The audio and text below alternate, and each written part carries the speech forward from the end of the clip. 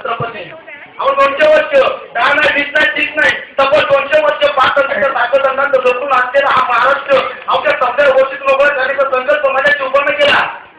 हे काम इतकं सोपं नव्हतं. ते काम भल्या भल्यांना जमलं नाही. राजा रामदेवराय राजा शंकरदेव यांच्याकडे लाखो सैन्यदल हजारो घोडेस्वार हजारो अत्याचार असताना ते काम यांना जमलं नाही. ते काम माझ्या शिवबानं फक्त बाराजातीच्या 12 मावळ्यांसोबत करण्याची शपथ घेतली.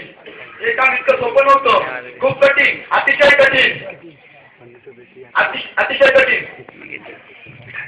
आणि स्वराज्य स्थापनेला सुरुवात आणि बघता बघता स्वातंत्र्य असलेला हा महाराष्ट्राला केव्हा स्वराज्याचं तोरण बांधलं हे सुद्धा मुघलांनाही समजलं नाही. शिवाजी महाराजांचा संपूर्ण इतिहास प्रत्येक मराठी माणसाला माहीतच आहे. प्रतापगडावरील पराक्रम आग्र्याची भेट आणि आग्र्याच्या भेटीतून महाराजांची सुटका. प्रतापगडावरील भेटीत महाराज ते प्रतापगडावर चढले ते अफजल खानासारख्या चैतन्याचा पुतळा काढूनच परत आले. अहो अफजल खानासारख्या चैतन्याचा पुतळा काढून परत येणं म्हणजे मृत्यूच्या नदीवर पाय घेऊन परत येणं इतकं अवघड काम होतं. ते काम माझ्या राजाने केलं. कुणासाठी? आमच्यासाठी. आग्र्याची भेट आणि आग्र्याच्या भेटीतून महाराजांची सुटका. त्यावेळी आग्र्याचा सुलतान होता औरंगजेब. आपण नुसतं नाव ऐकलं तर दूर दूरपर्यंत असणारे राजा आणि जहागीरदार तळा कापायचे. त्या औरंगजेबाच्या डोळ्यात धूळ टाकून माझा राजा निसटून आला. औरंगजेबाचा सरदार धावत पळत आला. हुजूर हुजूर गदर हो गया, शुभा भाग गया. ताकद उठला औरंगजेब. दुपारच्या खडखडच्या उन्हात सुजेनं त्याप्रमाणे आग होतावी त्याप्रमाणे औरंगजेबाच्या डोळ्यातून आग बाहेर पडत होती. औरंगजेबाच्या तोंडातून फक्त शब्द उमटत होते, नामुमकिन नामुमकिन. औरंगजेबाचा आपल्या कानावर विश्वास बसत नव्हता. आणि बसेल कसा? अहो 5000 फौज आणि तोफांच्या गाड्यातून सुटणं म्हणजे काय पोर्चल नव्हता. ते काम माझ्या शिवबानं करून दाखवलं. येथेही महाराज मरणाला सामोरे गेले. कोणासाठी? आमच्यासाठी. फक्त आमच्यासाठी. आणि आज त्यांच्याच महाराष्ट्रात आता आपण असं वागतोय याची जाण आणि भान आपल्याला राहिलं नाही. अहो कल्याणच्या लावण्यवरती सुभेदारांच्या सुनेमध्ये आपली आई बघणार आपला राजा कुठे आणि त्याच सिनेवर बलात्कार करणारी त्यांची प्रजा कुठे? भटकत चाललाय महाराष्ट्र. दिशाहीन होत चाललाय महाराष्ट्र.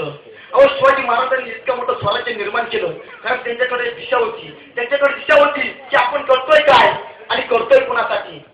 पण आपल्यासाठी आज दुर्दैवाची गोष्ट म्हणजे आता आपला हा महाराष्ट्र अशा लोकांच्या हातात जाऊन पडलाय की त्यांनाच कळत नाही आपण या खुर्चीवर बसलोय कशासाठी आणि करतोय काय. आपण या खुर्चीवर बसलोय कुणासाठी आणि करतोय कुणासाठी. त्यांच्याकडे दिशा नाही त्यांच्या कामाची. दिशाहीन झालेत ते. त्यांची फक्त एकच दिशा आपला खिसा. जो तो फक्त आपल्या जीवाची काळजी करतो. जो तो फक्त आपल्याच ऐश्वर्याची काळजी करतो.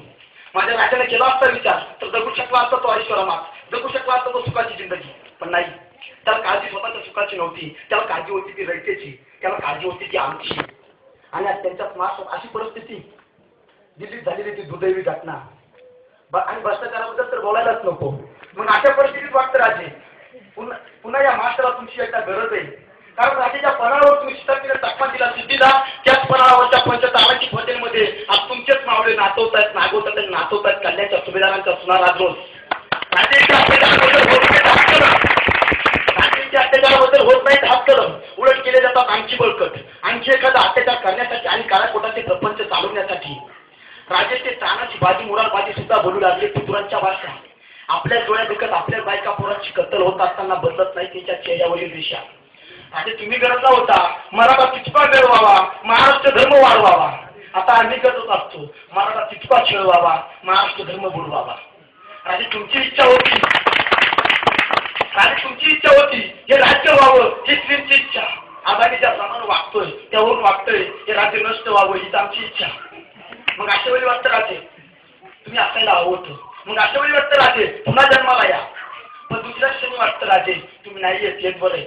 कारण तुम्ही असता पुन्हा स्वराज्याच्या मागे लागला असता. पुन्हा तुम्ही असता पुन्हा गडाने किल्ले घेण्याच्या मागे धावला असता. पण राजा आता तुमच्या या महाराष्ट्राचं तुमच्या या स्वराज्याचं कल्याण करायचं म्हणजे गड आणि किल्ले घेऊन उपयोग नाही. त्यासाठी तुम्हाला एक सुरक्षित मतदारसंघ शोधावा लागला असता.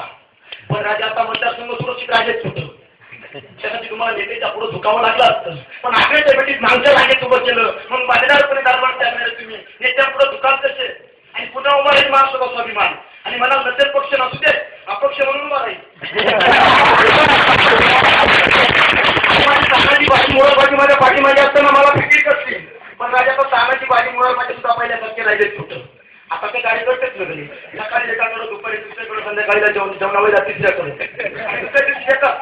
तेव्हा आपण वर्ष म्हणून उमेदवारी अर्ज असतो राजे. आता तुम्ही म्हणा नसेल तानाची, नसेल पाची, नसेल मुरारबाजी, पण एक तरी तानाची जरूर भेटेल मला. भेटेल एक तानाची. तुम्ही सांगाल त्याला जा कोंडाणा जेवण ये. तानाची विचारेल पहिल्यांदा पगार किती देणार, मागे बसता आहे का. हा एवढं सगळं बघून झाला तानाची जायला तयार. लागलाच करू कोंडाण्यावर तर आता तो एक मोबाईल तर आहे.